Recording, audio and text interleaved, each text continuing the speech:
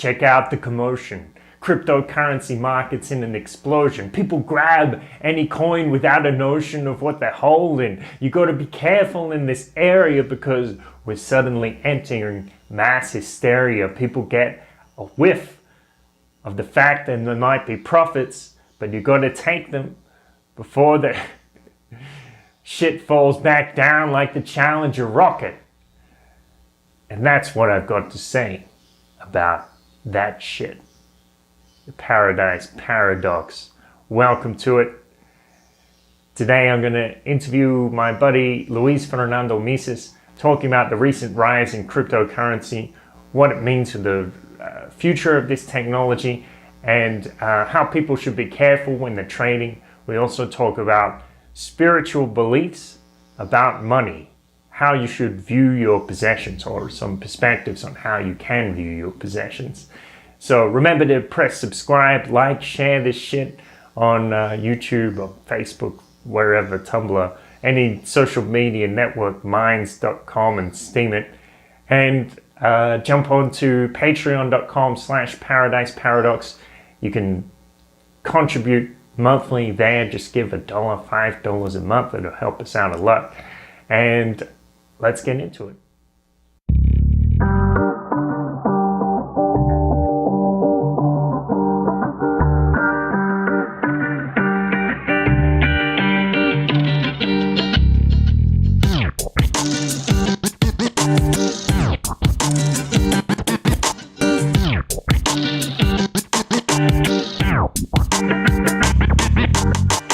I'm here with Luis Fernando Mises, spiritual healer, corporate speaker, podcaster. How are you, Luis? I'm so thrilled to be here for the third time. I always have so much fun with you. Thank you for this. Yeah, it's good. It's good talking to you. So I wanted to talk to you about Bitcoin. What's been happening with Bitcoin? The price has been going crazy, and in the cryptocurrency market in general, like altcoins are going up like 100% per day, and all. It seems like there's this new money coming in. The market cap of cryptocurrency in total is going up to $90 billion. So things are really happening there. So I wanted to get your take on that, and I think we might have a few differences in opinion, so we can discuss those. So what's your opinion about what's happening with Bitcoin? Well, first of all, I think it's awesome that we have some disagreements, so it's not just kind of like an echo chamber where everybody's just patting their own backs. Yeah. I think that I just created this like really fast, super fancy chart, and like Bitcoin was here, and then it went up, and then it went down a little bit, and people are like, "Oh, Bitcoin's dead. Your technology sucks, whatever." And it comes back up here, and it crashes like $200-300, and same thing happens. So like, I mean, that's gonna continue to happen. Here's like yes, $200, $1,000, $10,000, $50,000, and like how long will people take to realize that this technology is here to stay, and it's a disruptive energy, and by that it's not necessarily a bad thing. It's not just the same boring money exchange. It's something that is not going to, that it's already breaking the monopoly and creating wealth for a lot of people, aside from the stupid monopoly of the state. So this is my fancy chart. All right. Yeah, it's true. The fact gets thrown around that Bitcoin's being declared dead about 140 times. So, that'll probably happen again in a couple of months. People will be shouting, publishing the obituaries and everything. Yeah, pretty much. And that's kind of funny because I've noticed that the people that say that are the people that have not invested in Bitcoin and are just kind of like sour about not making $1,000 already on it. Or let me see my phone, because I was like, the cool thing about like these beautiful apps is that they tell you, like, since last year, Bitcoin has gone up $1,944 in 1 year. Like, that's super crazy. Yeah. So, all these jelly people, oh yeah, it's dead, like, I mean, no, it's not. Yeah, I guess sometimes they're jealous, or the arguments normally don't hold up to scrutiny. That's certainly true. And also, I think it's a bit of maybe ivory tower criticism as well, because these intellectuals, academics, they don't have real investment experience, and maybe they say, well, the central bank is the best system. It's the one true way. And inflation isn't that bad, or some, people don't really care if they're losing 4% of the value of their money every year, or the purchasing power of their money.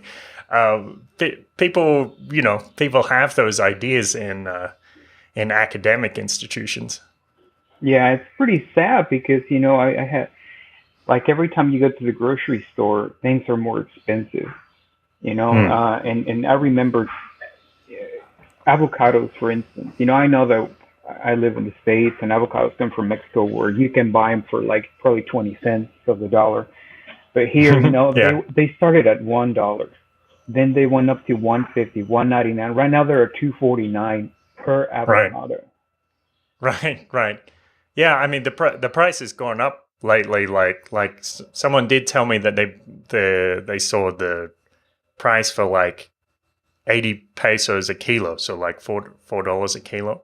But still, I think it's, in this case, it's actually due to some weather factors or something. So there's something happened in the avocado farms that's caused the price spike. Yeah, like, drought sometimes, because those guys take so much water, and Yeah. they take a specific. But, like on everything, like every time, Yeah. it's a little bit more.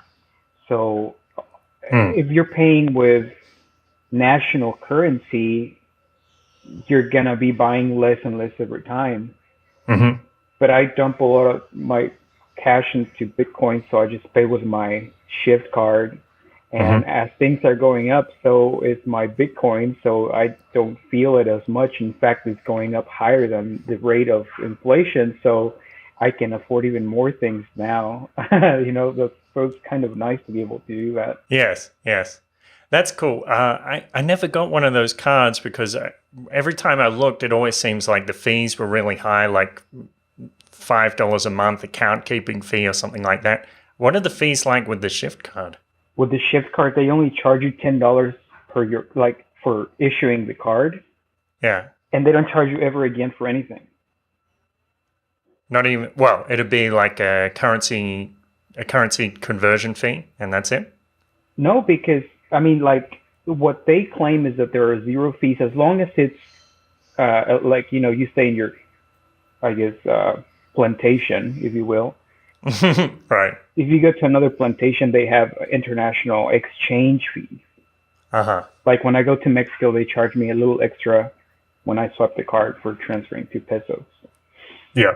But other than that, is just the issuing of it, and their service is so amazing. They don't have a phone support line; they have an email, Hmm. and they're so fast at replying. You have no idea, and I mean, they're amazing. They're amazing. Yeah, that's good to know. Yeah. So, but you have like $1,000 spending limit a day. Well, I don't Uh-huh. spend $1,000 a day unless, like, we're buying furniture or something, or airfare tickets, like some big thing. But on your daily life, I mean, $1,000 to spend is more than enough. Yeah, that's right. Yeah, that's cool. Yeah, So so where do you disagree? I mean, I'm curious on the parts of. okay.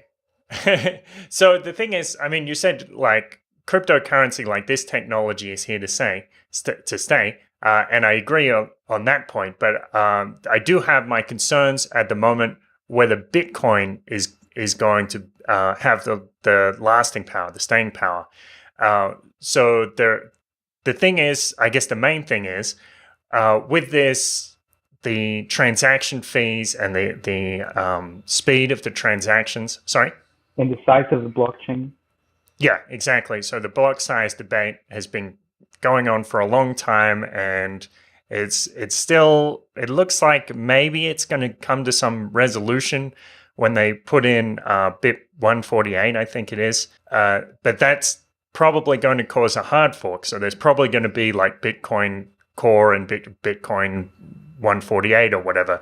And from a customer's perspective, that really doesn't look very good, because it's like, oh, hey, my friend told me to buy some Bitcoin, so I bought some Bitcoin. And then they're like, which one did you buy? Did you buy Classic or 148 or whatever? And it's going to cause a lot of confusion. So the point is, Bitcoin isn't set up in a way that easily resolves disputes at the moment. And I don't see that changing in a hurry. So I think that's a real key problem with the system. Yeah, no, and I don't necessarily disagree with you. I think that that's very accurate and it's a true statement. Now, the way I see it is like, for instance, if it were to stay, with like high fees or, higher than the others, because it's even cheaper than wiring money through national banks and faster and easier. It would be more like saying, gold. So Bitcoin will be like the gold of cryptocurrencies. It's something that not everybody has, that not everybody trades with, but like, it's kind of like a higher, fancier trading unit. And then you would see others kind of like in the way of silver, and then you see others kind of like in the way of copper, and others just like real fiat currency. So there's going to be this stratification of cryptos. Yeah. So that's kind of like the way that I see that it could end up. What do you think about that? Yeah, I'm not sure. When I've heard that argument before, and I think there's a case to be made there. But my thing would be, so you have Bitcoin here, and the transaction fees keep going up, and the transaction times keep going up as well, and then you have another cryptocurrency which is faster. The transaction fees are lower. Well, you could go with Bitcoin, but does Bitcoin necessarily offer something so good that it's going to mean that people don't want to use this other one for the large transactions?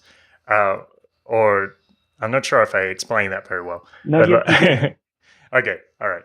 So my point is that Bitcoin would have to have this value proposition over these other cryptocurrencies that may be superior in certain way. Yeah, like you said, faster and cheaper. I absolutely agree. And again, dealing with gold, you don't deal with gold with people that you don't necessarily trust or have a trusting relationship with. Like if you and I are trading, if it takes a whole day and a half for Bitcoin to show up in your account, if I send it to you, you know that I'm legit and that it's going to show up, even if it takes a day or two. Yeah, so that's true. That's kind of a way that I also see it. Like you will deal with, like, I mean, it's not something that you're just gonna do like in the old times with anybody because it was like so fast and so cheap. For those things, I mean, I think it's more volatile, not as established coins can be used for those purposes. Another thing that I see is that, like, I can pay for my gas and my groceries and clothing with Bitcoin, whereas I cannot do it with other cryptos at the moment. You have to exchange that to whatever, like Bitcoin or dollars or others, to be able to use that. Now that's a downturn for me. Like, I want to be able to just, like, even dude, like when I go to Whole Foods to buy groceries, I just swipe my Apple Pay and I pay with Bitcoin because my shift card is on my phone. You pay with Apple Pay and it pays with Bitcoin. So, like, I mean, you can't do that with any other card at the moment, So I don't even need my wallet. I don't need anything else but to show up and just swipe my phone next to the little digit thing, and I'm done. So presumably when you make this transaction in Whole Foods, they don't charge you like a $4 transaction fee. Negative. No, because it's something internal within the Shift company, I suppose. So it's not like you actually have a Bitcoin wallet that you're spending out of, or it's something else. So my Shift card, it's a Visa card.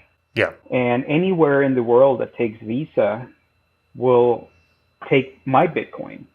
So I put that card in here, and they don't charge me any fees. I just, and like you cannot do that with Ethereum or with Monero or with Litecoin. So that's a huge advantage for me. Like, I can get paid from, the Kratom or from Dollar Vigilante or from other places where I have gigs in Bitcoin, and I can use that immediately. That's easy. That's something that, like, because whenever you transfer and do the exchange from one to the other, you pay fees. I mean, if like, I don't pay fees on doing any of these transactions when I go to pay gas or anything like that. I mean, what is it, like 1 or 2 cents when, like, I mean, aside from that, it's really negligible. Yep. Yeah, well, I think that's a really good point.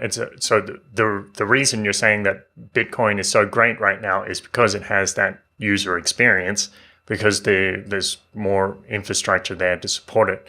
So I'm a big advocate for Dash. I still have, I'm still open to other possibilities, but I personally, I think that Dash is the digital currency that's going to gain mass adoption first, and it's because of the user experience. So the Bitcoin development team isn't working on user experience, but I guess you have these other companies like Shift, which can help provide that. Whereas with Dash, the development team is actively working on user experience. So they're trying to create a system where it's as easy as like using PayPal or Venmo or like Apple Pay, where you can just use your phone to pay for transactions in a similar way. So I guess that's what they're aiming for ultimately, is something that you can use as simply as swiping a credit card. Yeah, I like that. And if it happens, that would be pretty amazing. Another thing that I see that, like, there's a lot of like Subway restaurants that take Bitcoin. Overstock.com takes Bitcoin. Like, I paid for like all of these desks and, futons and whatever with Bitcoin. And Microsoft takes Bitcoin. I mean, there's a bunch of places that are taking Bitcoin nowadays. So it just, like, you don't see that with other cryptocurrencies. Right. Another thing that's always funny to me is that all the cryptocurrencies are valued in Bitcoin. Yeah. So, like, Bitcoin is like the Mac Daddy of all of these guys. So until, like, and here's one thing. What I'm currently looking at, non-Bitcoin related, is to mining Litecoin. A lot of people tell me there's more money in Monero, there's more money in Ethereum, whatever. But what I'm trying to do is, like, the contrarian investor, because Litecoin is not as loved and appreciated. It's easier to get into. It's cheaper to get into. And I was looking at one machine that, after all the fees, everything said and done, is like $1,500, right? The mining thing. And it pays about $50 a day to mine. Wow. So can you imagine, like, just getting an extra $50 a day? I mean, obviously you'll probably have to, discount your electricity and the little cooling unit that you may have. So if you end up making $30 a day, just, Yeah. Do you know how much my electricity bill here for a bi-monthly bill is, or not bi-monthly, like every 2 months, I pay about $5 for an electricity bill.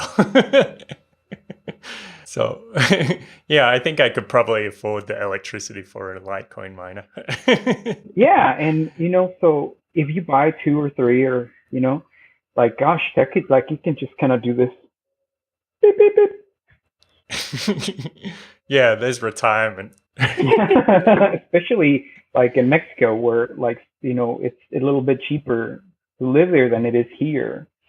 Yep. So I think that's kind of exciting. Now, I mean, I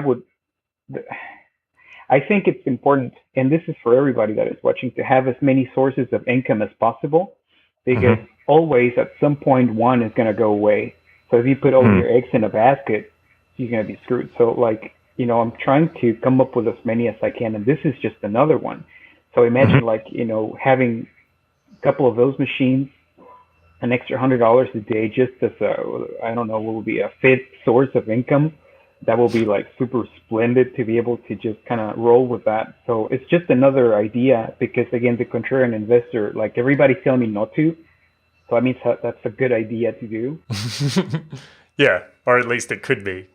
People might people might tell you that burning ants and selling them on the side of the road isn't a good idea, but Within reason. yeah. Like you still have to analyze it, but yes, yeah.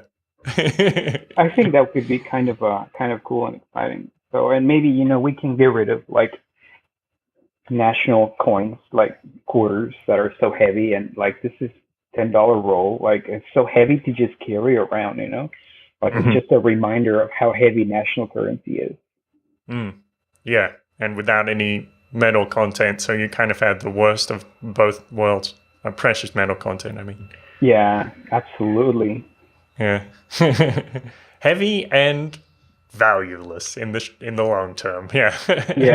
Yeah, and like I saw the movie John Wick, and they all trade with like gold rounds, right? Have you seen gold? What? No, I haven't rounds, seen it.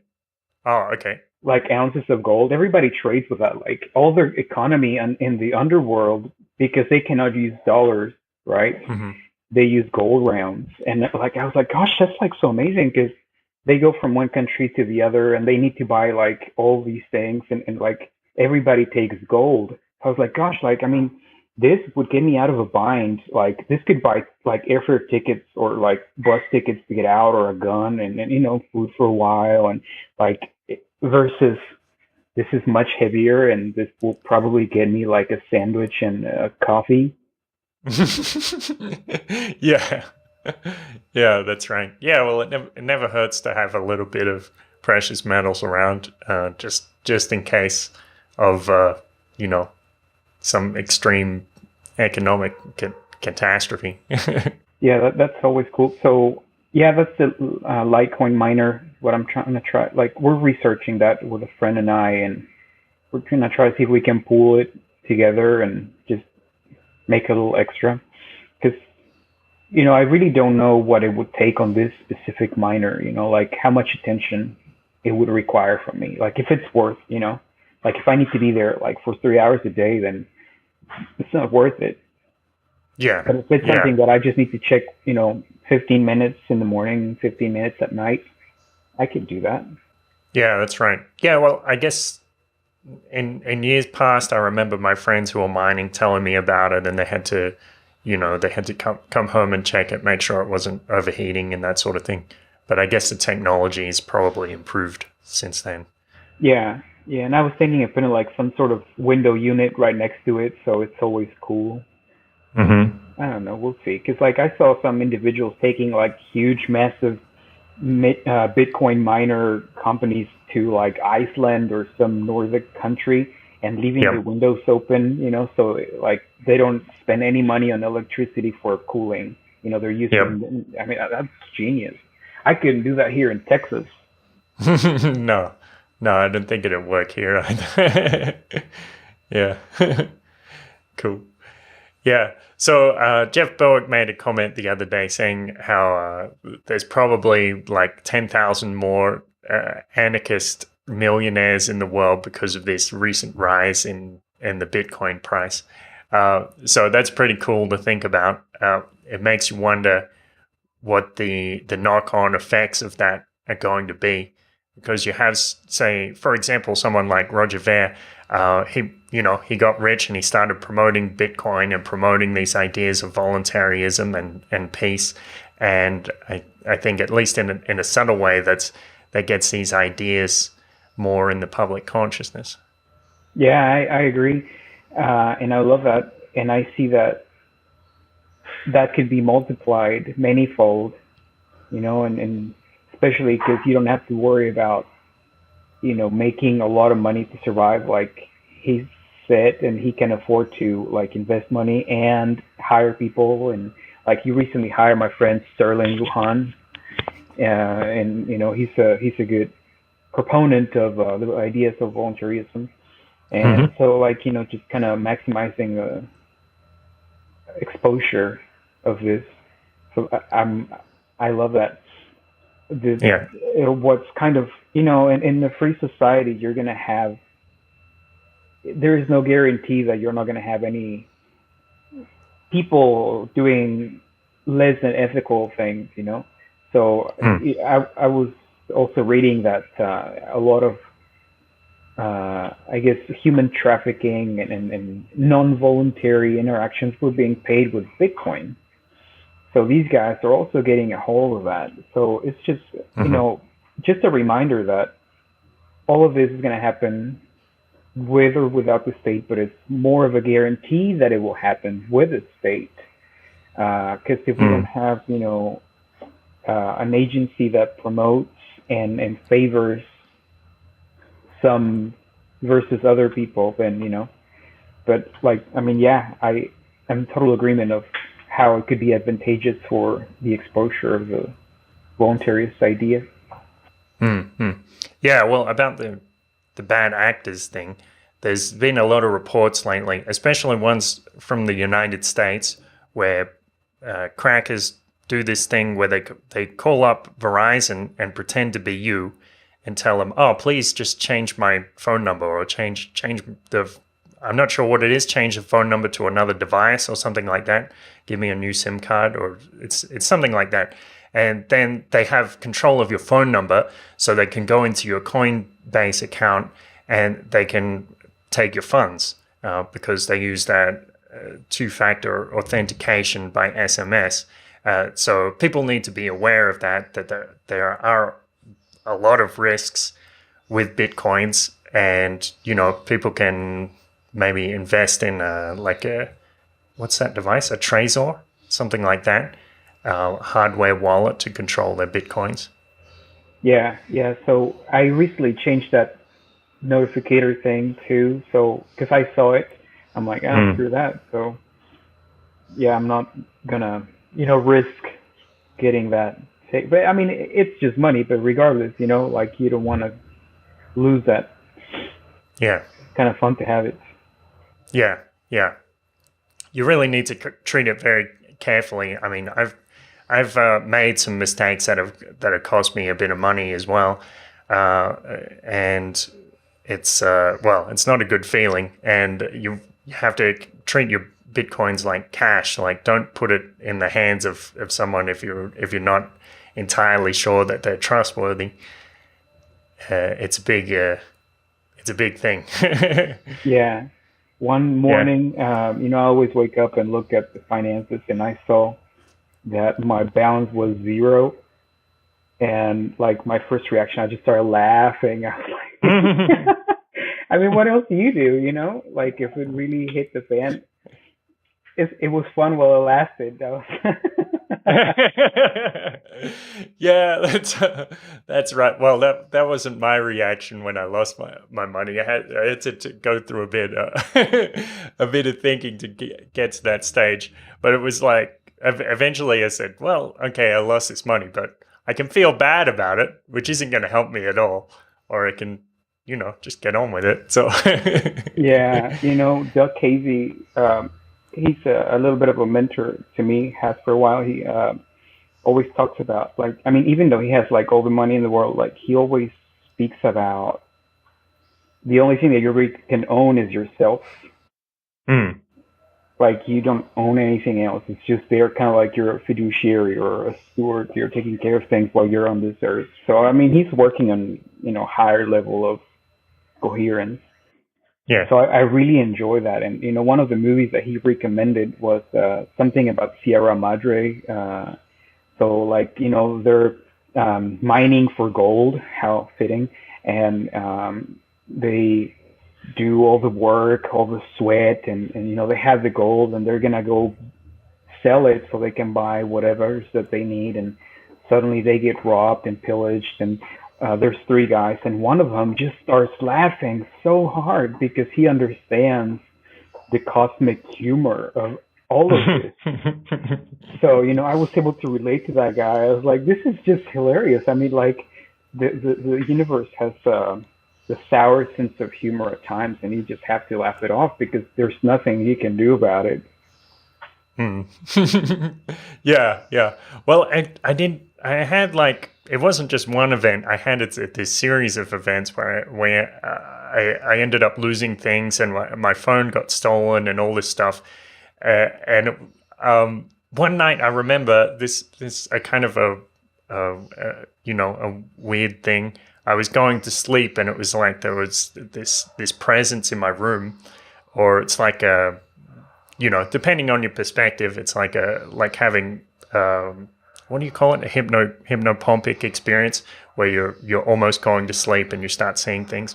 So some people will interpret it that way. But anyway, I started having this conversation with these spirits, and they kind of said to me like, "Well, look, we had to. You think it's bad right now that these things were taken from you, that like we manipulated things to be taken from you.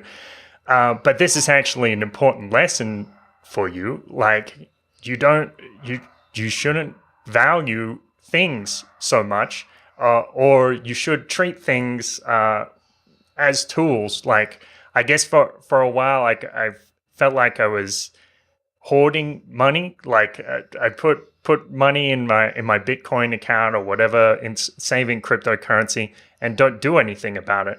Don't do anything with it. Don't spend it in order to make more money. Don't invest it in my business, like in the podcast and everything. And it's like it's just sitting there, and they're like, well, you can do things. You can make your quality of life better and make things better for people around you as well. So why not, stop hoarding and start letting things flow.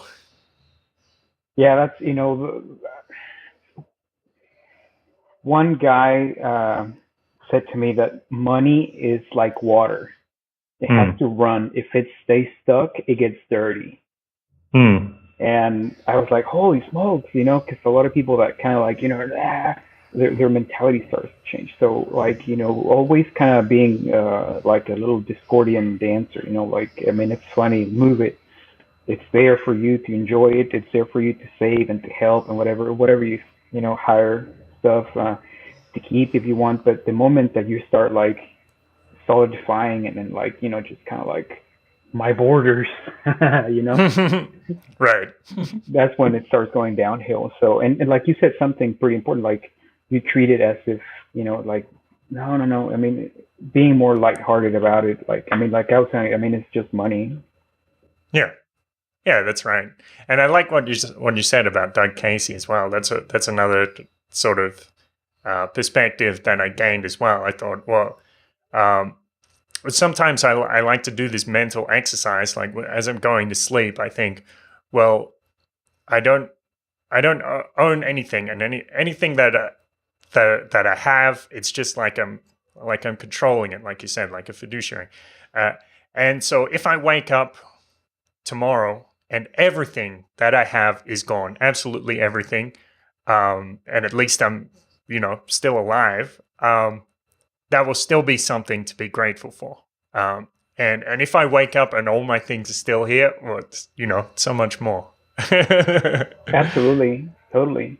I mean, that's kind of how I roll, and it seems easy just to sometimes feel frustrated when things go wrong because it's all your hard work, it's all your efforts and all of that. But I mean, I guess the practice of meditation and all of that has helped me see that everything is temporary and nothing will last. And while you have it, it's there and enjoy. And one day it will go away, just like us. Yeah.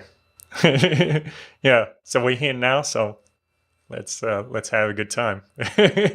That's right.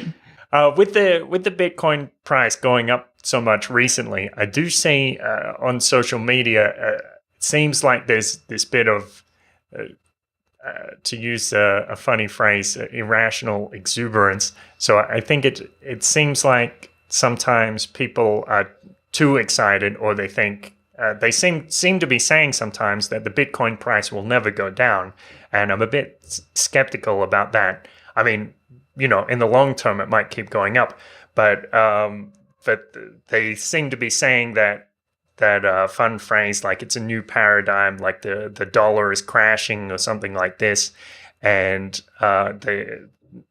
it makes me remember what I thought in 2013 when the Bitcoin price was going right up towards $1,200, and I was buying at I think I bought a Bitcoin at $900, and of course eventually it came back down to 300, and I was like, oh, whoops, I guess it wasn't a new paradigm. I guess the Bitcoin price wasn't just going to keep going up forever. So what are your thoughts on that? I think that there will be dips that are $200, $300, $400, $500. Yeah. But I just don't see it going down as much because it's getting mainstream attention. You're seeing stuff on CNBC, MSNBC, Yahoo News, HuffPo, and there's a lot of old money purchasing Bitcoin now. Yes. Yeah. One of the reasons why it keeps going up because there's a lot of trust and there's a lot of curiosity about it.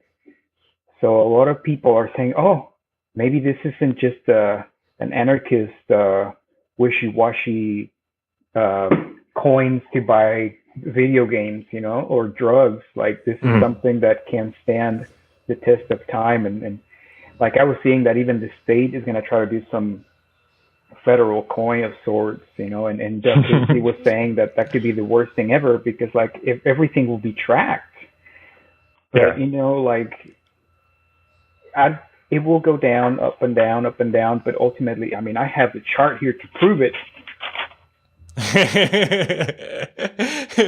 That's proof. Yeah, put it in the bank. Yeah, well, that's right. Yeah, I mean, there's ups and downs, and it seems like, of course, recently a lot of new people have been getting into it, and they're it looks like they're looking to buy at these levels, and I have to tell them to be cautious because when you buy something that's making an all-time high, that's a risky territory to be in. People can make money that way, but you are playing with fire a little bit, and I've been burned like that. Like I bought gold at $1,800, and that was not the good time to buy.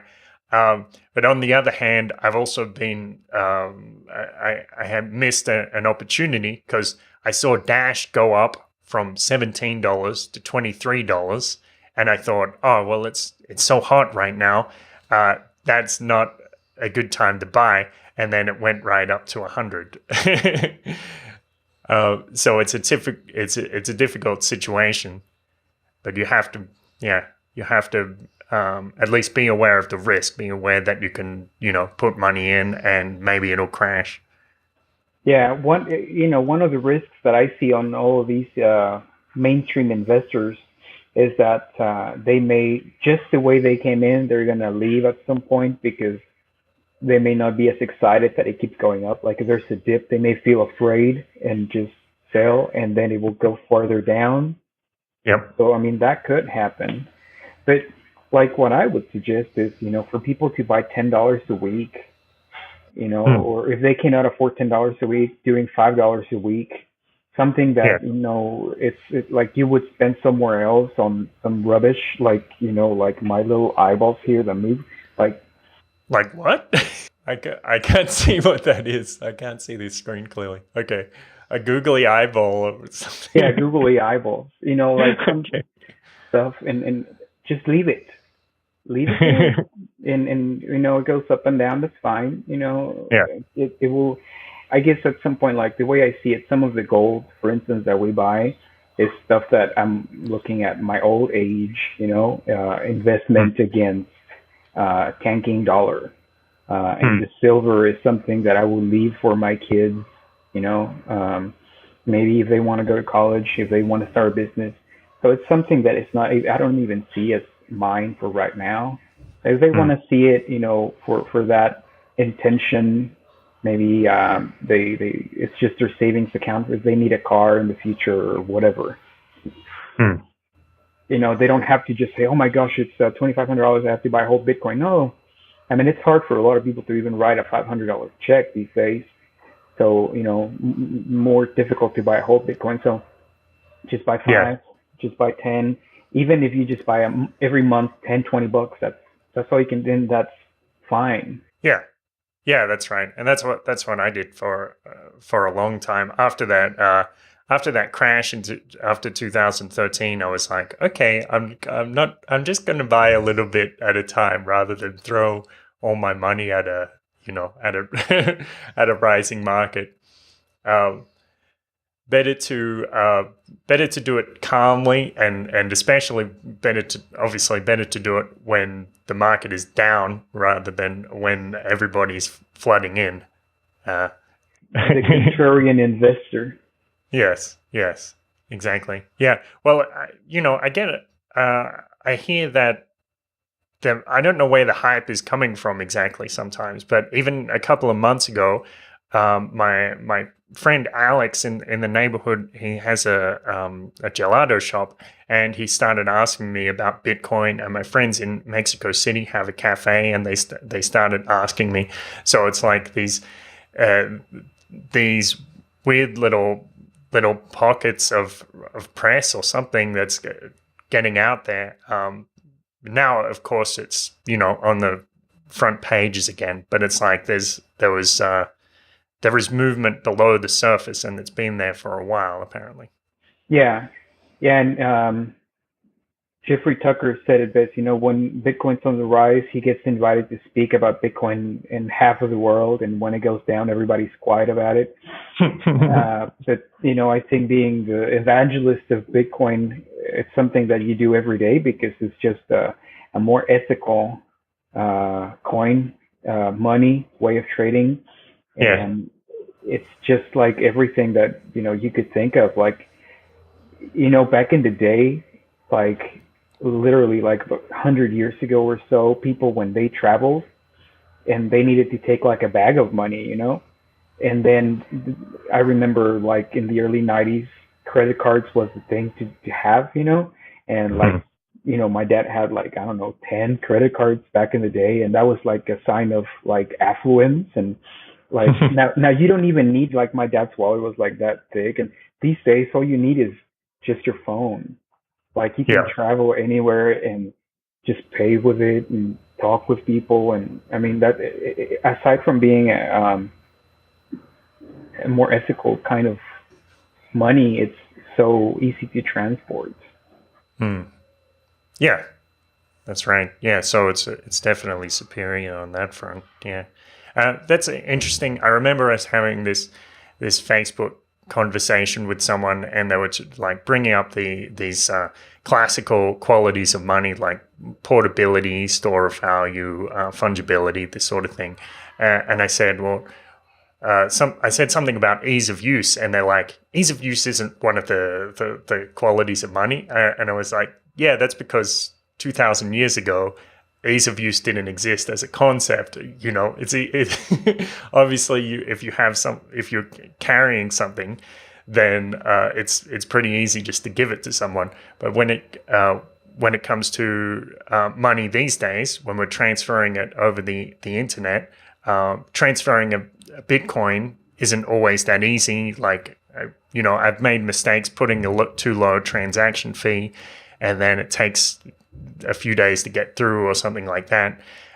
So, yeah, ease of use is this.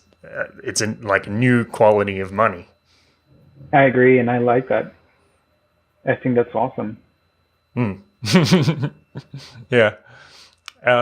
Another thing I wanted to mention is I think a lot of people are probably jumping into altcoin trading because the market's going crazy. Like I went through the front page of CoinMarketCap yesterday, and I saw like how many of the coins on these first 100 coins has a 24-hour gain of more than 1%, and it was 76 of them. 76 of them had had this quite a significant gain.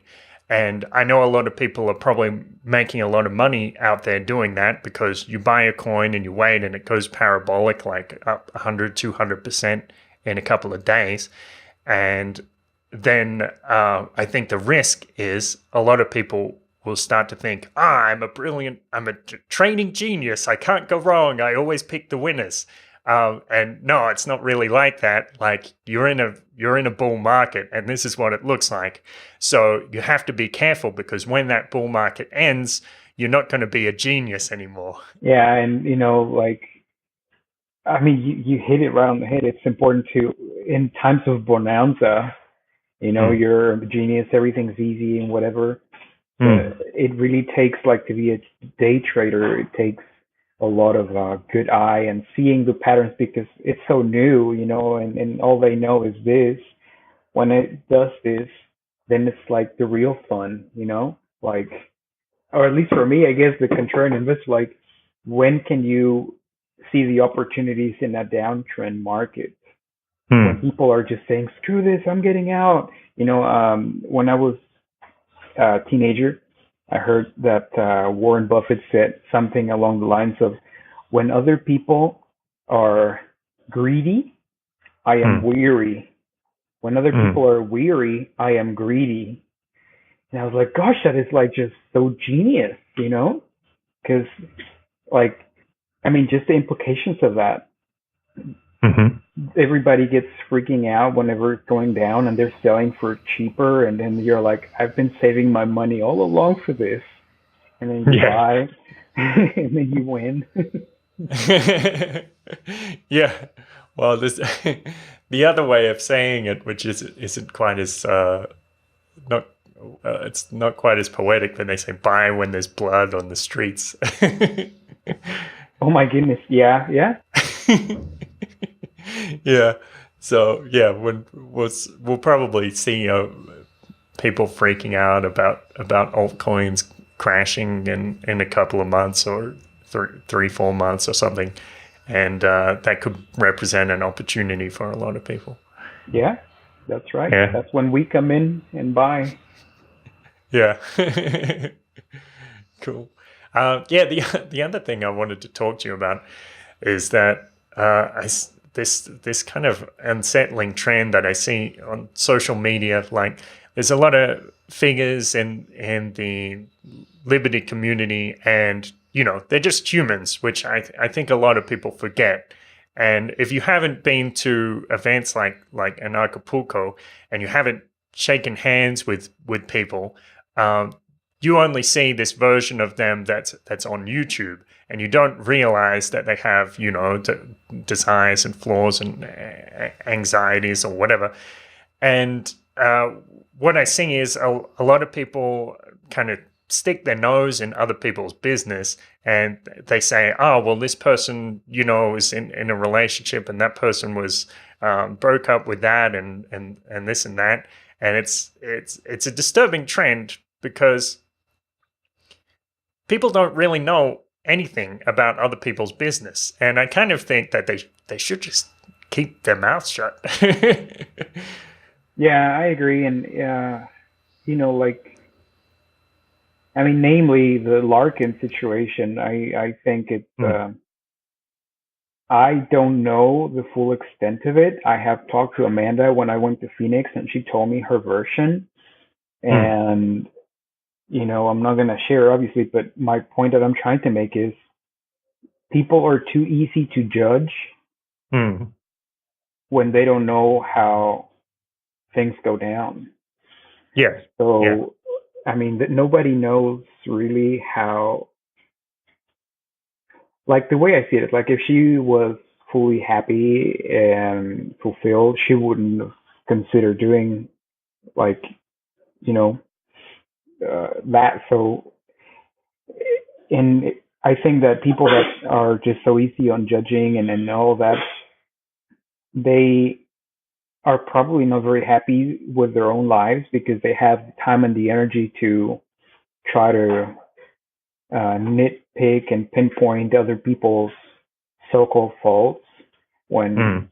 so it, when you're happy, when you're satisfied, when you're fully living your purpose, Mm. you don't have time to be judging why X left Y and when was Z.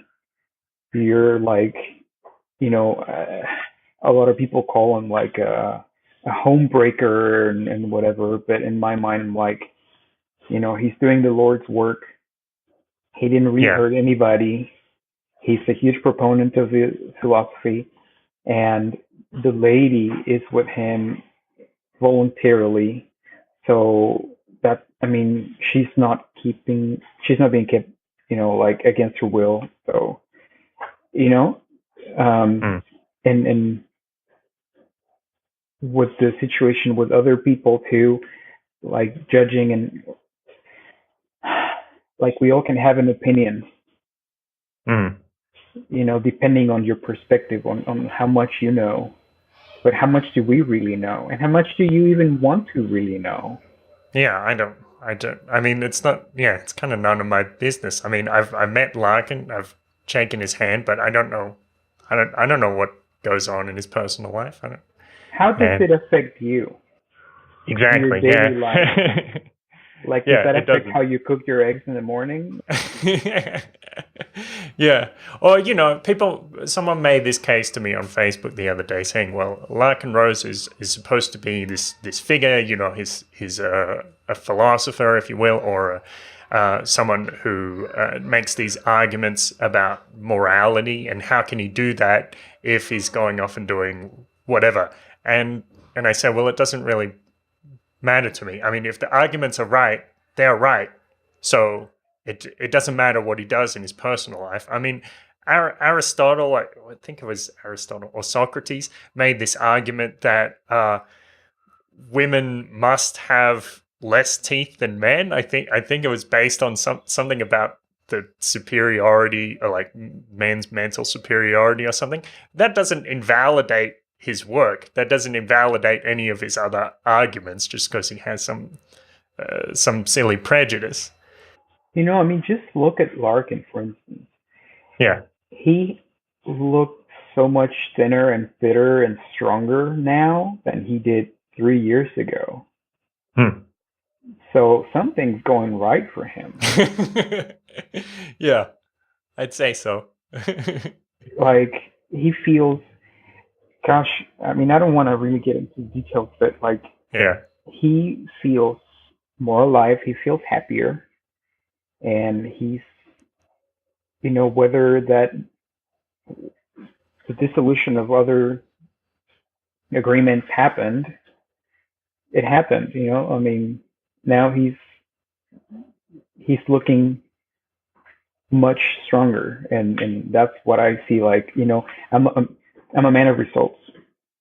I Hmm. don't care what Yeah. people talk about. I don't care what, like, because like a lot of people do this, but they don't, like, the actions don't match what Hmm. they're saying. So I'm seeing how they are growing one another, how they look better, and how, like, I mean, I went kayaking with her and we were talking and all of that, and like they feel much fulfilled and better and happier, and even though they, like, she's, like, her financial situation is not as good as it was, she's happier. So to me, that's a big win.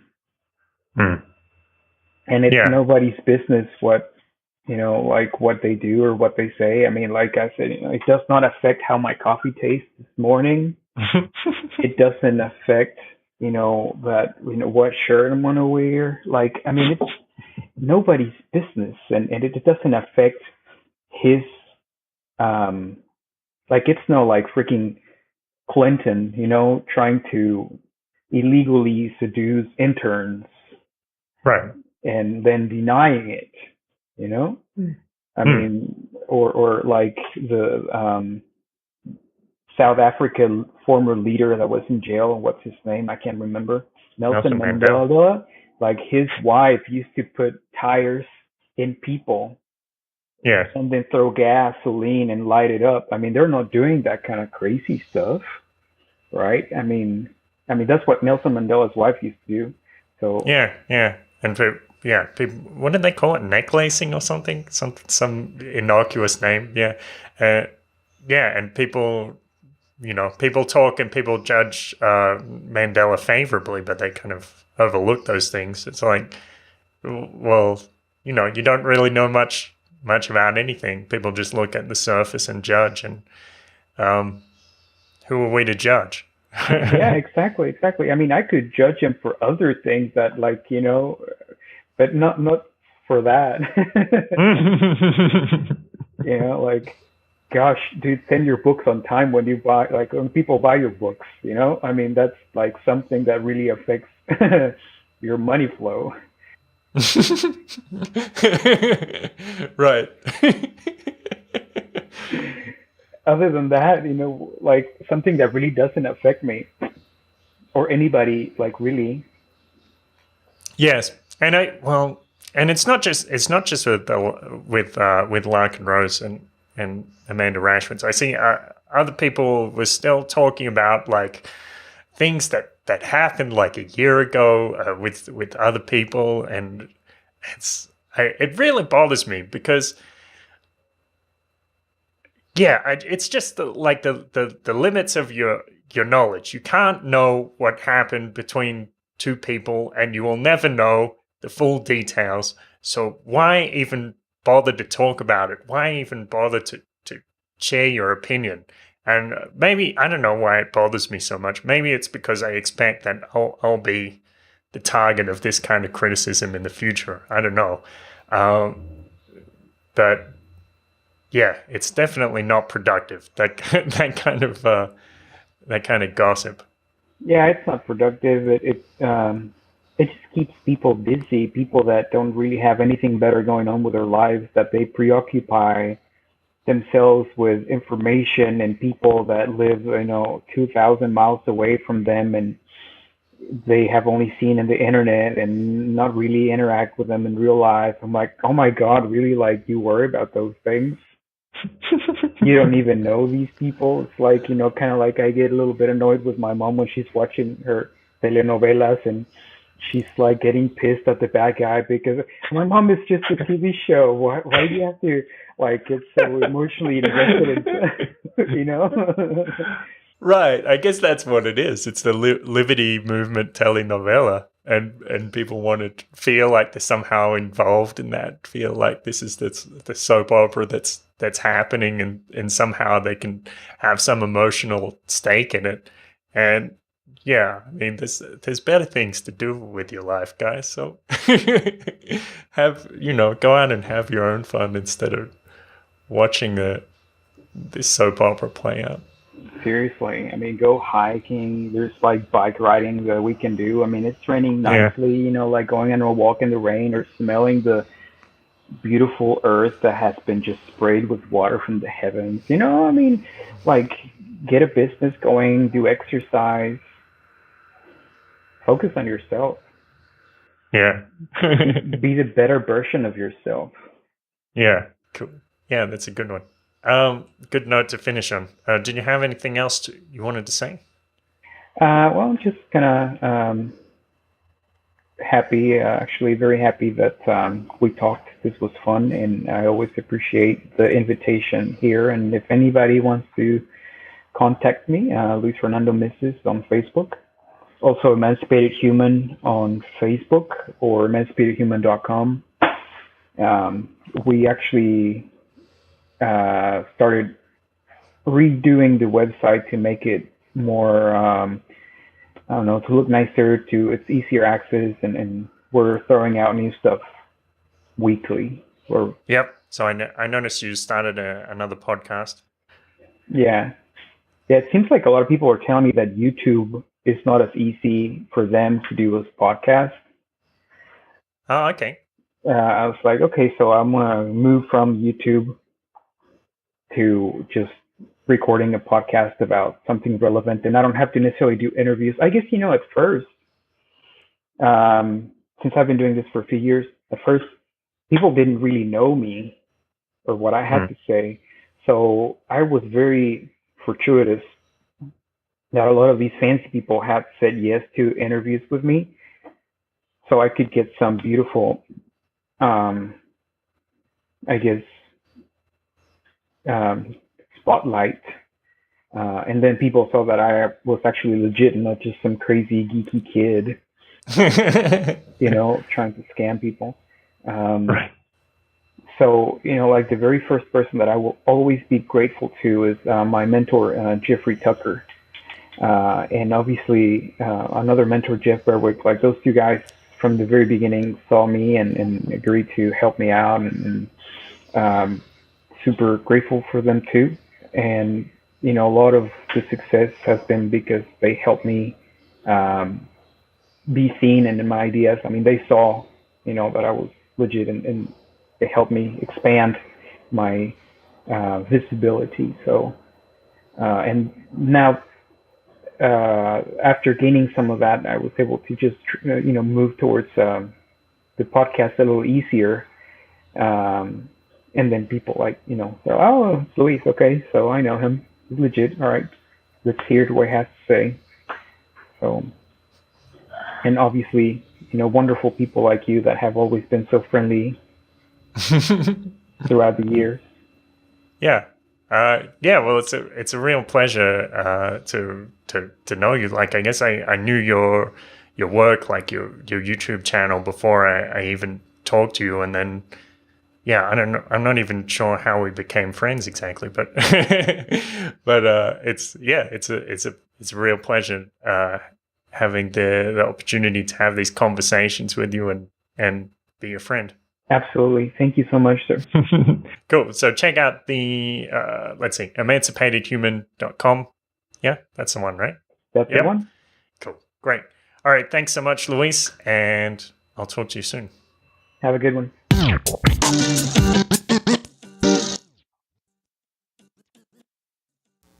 Thanks so much for listening. Jump onto paradiseparadox.com/167. You can check out the show notes of this episode. There's a lot of cool stuff on there as well. You can check out previous episodes like the interview with Andreas Antonopoulos, interview with Amanda B. Johnson talking about Dash. A lot of interesting stuff on there. Remember, like, share, subscribe, put it on the back of your bathroom door so you can remember to check out the episode later. Print it out and staple it to your forehead like a maniac. Like, share, subscribe, all that stuff. Whatever. I'll see you next time.